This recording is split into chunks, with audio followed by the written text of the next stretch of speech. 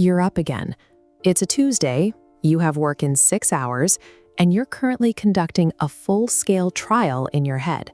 Nothing is wrong in the physical world. You're lying in a quiet room, perfectly safe, yet you're obsessively prosecuting a minor comment you made at a dinner party in 2019 that statistically, no other living person remembers. When you're trapped in this loop, common advice like just stop thinking about it feels remarkably hollow. It is the equivalent of telling someone who is drowning that the solution is to simply exist on dry land. This habit persists because, for a long time, it worked. Intense analysis earned you the grades. It helped you navigate the risks that careless kids walked straight into. You were rewarded for being the person who saw the problem coming before it arrived. But the scanner is still running, even when there's nothing to detect. You are pacing in mental circles, mistaking the exhaustion of that movement for actual progress. Overthinking acts as smoke, signaling a much deeper fire burning just out of sight. Your mind at 3 a.m. isn't weighing logical options. You are picking a single painful moment, a text left unread, a boss's brief hesitation, and running it through a cycle of rehearsal. You watch the same scene with the same ending until the knot in your stomach feels permanent. This chart reflects the work of psychologist Susan Nolan-Hopsama. It maps time spent thinking against actual problem-solving effectiveness. The data shows a counterintuitive reality. The people who spend the most time thinking about their problems are the absolute worst at solving them. The brain continues this loop because every repetition provides a tiny addictive hit of feeling like the situation is being handled.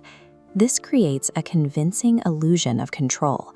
Your mind stays incredibly busy, providing a sense of security while keeping you from ever reaching a resolution. At its core, overthinking is a camouflage. It is a raw emotion that has dressed itself up in the clothes of a logical thought.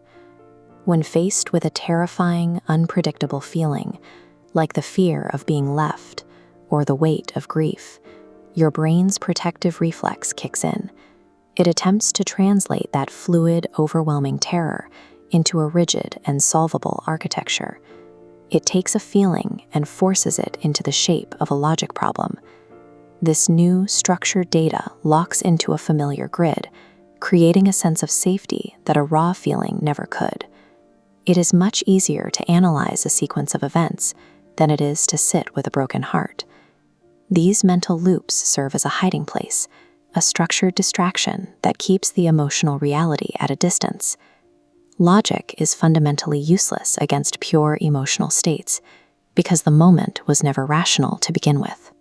You cannot reason your way out of sadness, and you cannot use a spreadsheet to solve the feeling of being lonely.